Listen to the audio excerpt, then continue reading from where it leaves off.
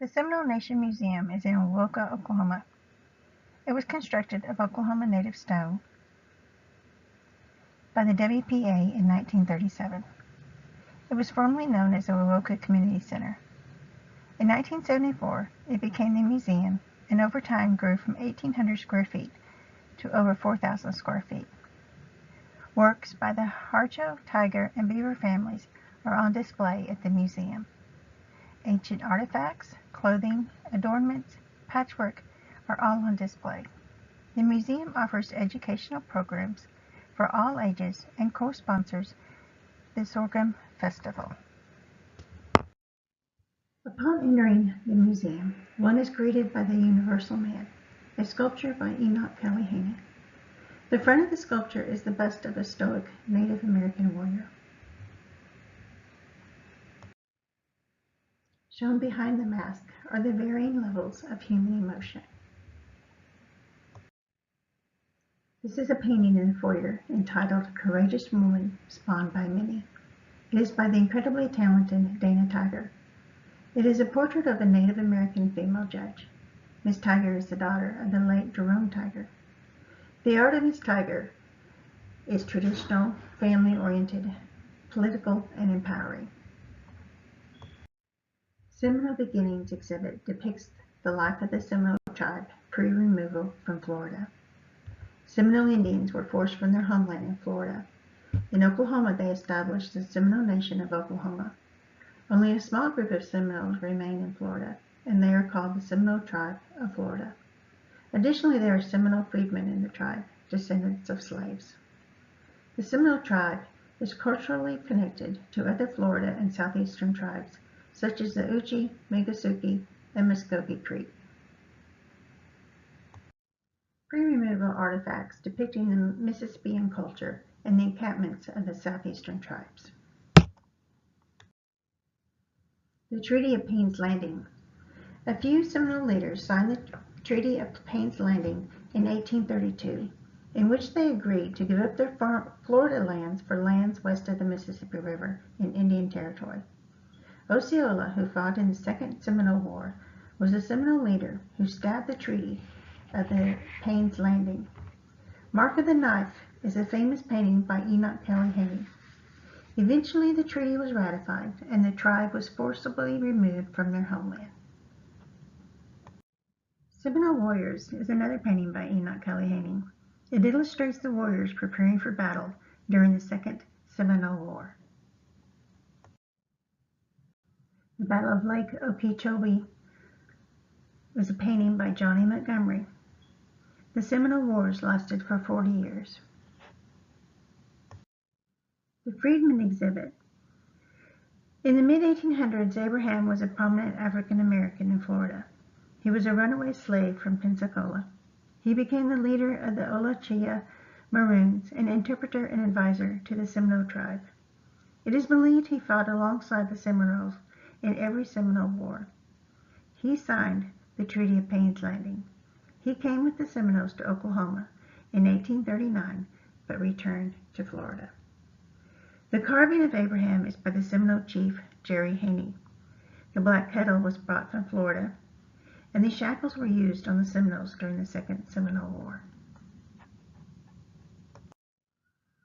Other freedmen include Caesar Brunner, Dorsa Barkus, Caesar Bowlegs, and John Horse. John Horse is the man who named Wewoka, which means barking water.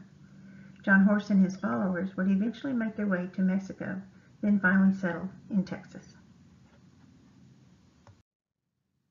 Seminole Tribe of Florida is corresponding with the Smithsonian to have more than 1,400 ancestor remains returned to their Florida home. The tribe is working with the Smithsonian and following the Archaeological Resources Protection Act of 1979 and the National Museum of the American Indian Act of 2004. According to Tina Osceola of the Seminole Tribe of Florida, the Seminole Nation of Oklahoma and the Muskogee Creek Nation in Oklahoma could also have legitimate claims to the remains and artifacts. During the Trail of Tears, both tribes were forced out of the peninsula and relocated to Oklahoma. The collection manager for the Seminole Nation Museum stated if the remains are returned, they would be sent to the Seminole tribe of Florida, not Oklahoma. In this section of the museum, there is a permanent video showing the history of the Seminole Nation. During the forced removal, the Seminoles had to stay in the Jackson Barracks at Fort Pike in New Orleans. The barracks were submerged under 10 feet of water after Hurricane Katrina. The remains of a Seminole woman were discovered during the cleanup of the barracks. By complying with the Native American Graves Protection and Repatriation Act and the National Historical Preservation Act, many representatives were able to weigh in on the future of the site. Following a thorough archaeological investigation and demolition of flood-damaged structures, the group decided not to disturb the site and to establish an interpretive historical marker. Several years later, the Seminole tribe of Oklahoma conducted a ceremony to repatriate the remains of the Seminole woman.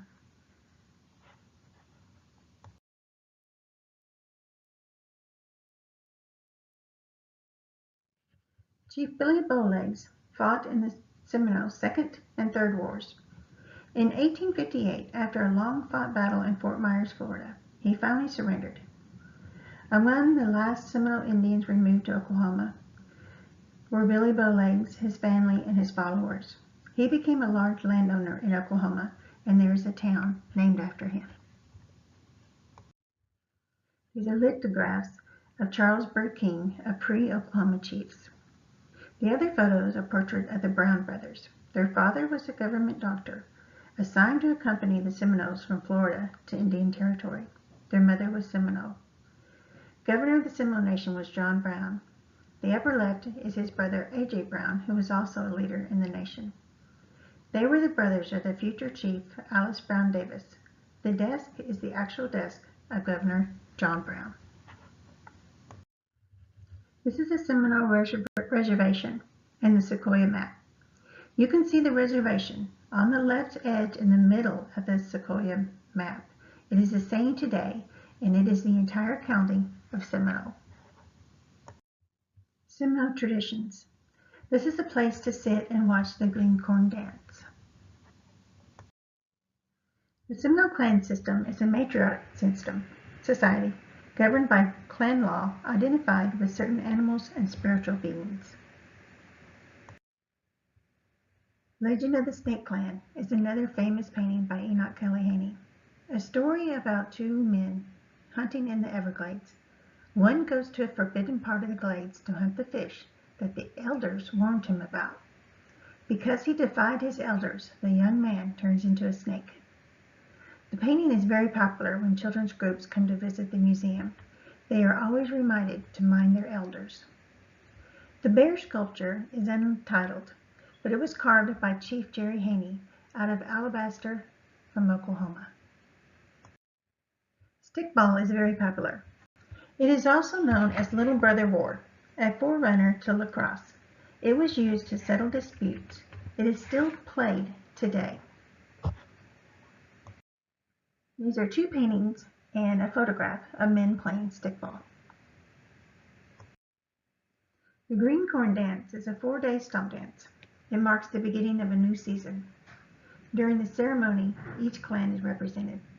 The ceremony takes place on ceremonial grounds and is only open to the tribal members. In Seminole culture, it is the center of traditional religion and social customs. Those are the leg rattles made from turtle shells. Christianity gradually spread among some of the Seminoles. Many Seminole churches only speak the native Muskogee language and use the Bible in the native tongue. Church symbols include the deacon's staff and horn. When a deacon is ordained, he or she receives a staff that they pass on to their successors. The Haney family arts. In the center is a portrait of Woodrow Haney by Curtis Johnson. He was the father of Enoch Kelleheny. He was also a master flautist and flute maker. Besides being a minister, he also taught and mentored many young people. Today, he would be referred to as an influencer. And the references are links to 2 interviews of Woodrow Haney. The carvings are by former Chief Bill Haney. Seminole people mourn for 4 days after the death of a loved one. Over the grave of the deceased, a small house is erected. It is called the spirit house. Mourners place important objects inside the house. Light horsemen enforced Seminole law before Oklahoma became a state. They were fearsome men who were the Native American police. They are still in existence and of great importance to Oklahoma. The light horse dogs are also very important to fighting crime in Oklahoma. The execution tree. In the Seminole tribe before statehood, Mosaic law was practiced. The chief would pass a death sentence if the tribal council convicted someone. A light horseman firing squad would blindfold the convict and shoot him. This is the last known photograph of the last known execution. The whipping tree. Rather than being executed, a person would be whipped if their crime was not so serious. Whippings were done in public by the light horsemen. The last public whipping occurred around 1900. The whipping tree still stands in front of the Seminole County Courthouse. Alice Brown Davis was the first and only female chief of the Seminole Nation of Oklahoma. She was well loved by her tribe. She and her husband owned a trading post and founded the town Arbeca. She was also an interpreter for the Dawes Commission. She served as the superintendent of the Omaha Mission. The Davis House at OU is named for her. In 1894, the Omaha Mission was built about 5 miles south of Avoca on the Seminole Creek border. It was a girls' academy, created and maintained by the tribe until it was forced to be turned over to the Bureau of Indian Affairs. Students studied everything from elementary arithmetic to foreign language and philosophy. Nikitsuki Academy for Boys was another Seminole school founded in 1891. It was closed in 1930. Both buildings burned. According to the museum's collection manager, most mission buildings burned because of poor building materials. There is more to Seminole patchwork than blankets. It is also incorporated into clothing. It is a quilting pattern that is unique to the tribe. The designs are based on nature, animals, and humans. The designs include fire, rain, man on horseback, human bones, and turtles. This is everyday clothing for women. The corn pounder, or corn mill, is a hollow log or a burnt-out log. It was used to grind corn. The painting is The Quilting Bee by Fred Beaver, one of my favorites. I learned to quilt from my grandmother. She had quilting bees at church every Tuesday. I would sit under the quilt and listen to the ladies gossip and then talk about the Lord. The museum recently hosted the Muskogee Bandeliers exhibit. A bandolier is a traditional clothing for men. It is a prestigious symbol of wealth and adornment. These bandoliers were created by Damon J. McGirt. The Star Wars bandolier is by Brian Zepeda. Robin Fife Jenkins created the blue one. Sandy Fife Wilson created the gray one, and it is a finger-woven bandolier. The Coat Talkers exhibit is located in the Military Hall. Tony Palmer, a resident of Saskatchewan, was a highly decorated veteran. Among his medals were the Purple Heart and Bronze Star. Edmund Harjo, born in Maud, Oklahoma. In November 2013, he was the only living Coat Talker who attended the Congressional Gold Medal ceremony honoring the Coat Talkers from 33 tribes. On behalf of the Seminole Nation, he accepted the gold medal. The Coat Talkers Recognition Act was enacted in 2008. The Congressional Medal of Honor has the likeness of Billy Bowlegs. Also in the museum are other works by Native American artists, including Norma Howard and Stephen Douglas. Removed is by Valjean Hessing. The Gorget is by an unknown artist. The Clapar Fletch is made by Anita Fields. 21st Century Man by Tony Tiger. And The Warrior with Wolf is by Gary Montgomery. The Military Hall is named after Major General Franklin Nichols. It includes the home front, which is an exhibit information on local servicemen. Other exhibits include the World War I, World War II, Korea, Vietnam, Desert Storm, and the Code Talkers. Wewoka is the county seat of Seminole County, Oklahoma. This photograph depicts the Seminole oil boom. The bottom left is the Betsy Foster No. 1, which was the first oil well in Wewoka, a sorghum mill. The Sorghum Festival is an award-winning festival. Sweet sorghum is a grass. Sorghum stalk has a high sugar content. Mules are brought in to turn the sorghum mill to make molasses. During the festival, there are many Native American arts and crafts exhibits and demonstrations on the grounds of the museum. Notable people from Wewoka include James Thrash, former NFL player who graduated from Wewoka High School. Professor Huey Battle was an American economist. He was the first African American to earn a doctorate at Oklahoma State University. Pro golfers Gil Morgan and Dale Douglas. The first African American football player to letter at OSU was native Wewokan Chester Pittman. Vance Trimble was a Pulitzer Prize recipient for journalism. J. Cootie Johnson was born in Wewoka. He was an attorney and businessman, known as Black Panther by the Creek and Seminole. He was the grandson of a slave who belonged to William McIntosh, the Coeda chief of the Creek Nation. He was intimately familiar with the language, laws, and customs of Creek and Seminole. As a result of a treaty made between the U.S. government and the Creek Nation after the Civil War, Johnson and all other Creek freedmen received full membership rights. Among the many positions he held was an interpreter, secretary of the Creek Nation, private secretary of the chief of the Seminole Nation. His bio is in the Oklahoma Historical Society, and it was written by John Hargrave, son of Justice Rudolph Hargrave. Justice Juanita Kidd Stout was born in 1919 in Wewoka. She became the first African American to serve on the Supreme Court of any state and be elected as a judge. The courthouse in Philadelphia is named after her.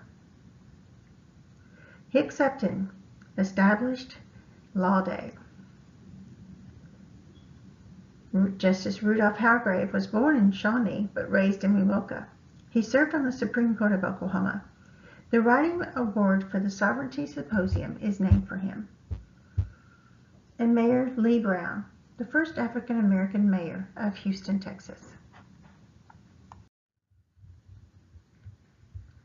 Members of the Seminole Nation include Sterling Harjo, a filmmaker. He is from Holdenville. He created the television show Reservation Dogs. He is an influencer. Dr. Mary Jo Watson is a Director Emeritus Regents Professor of Art History at the University of Oklahoma. Her work focuses on the theory and development of teaching methodology for Native American art. Throughout the museum are vintage photographs. Many are decoupage on the roof of the Spirit House over a Muskogee Bible.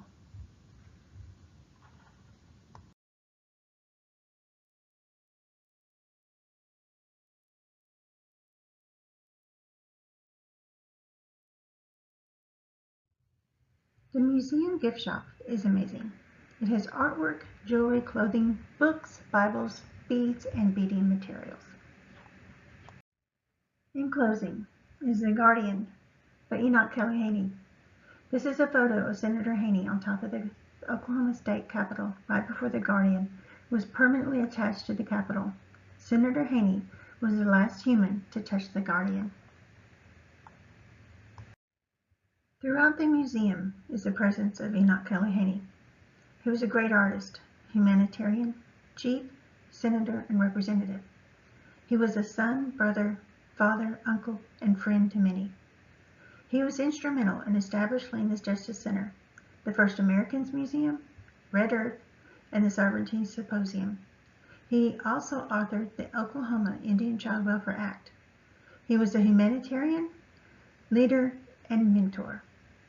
In the reference section is a link to his memorial service held at the First Americans Museum on April 30th, 2022. Even though it is a memorial service, it is heartfelt, educational, and encouraging. If you find your way to Oklahoma, please visit the Seminole Nation Museum. It will be worth the trip. Thank you.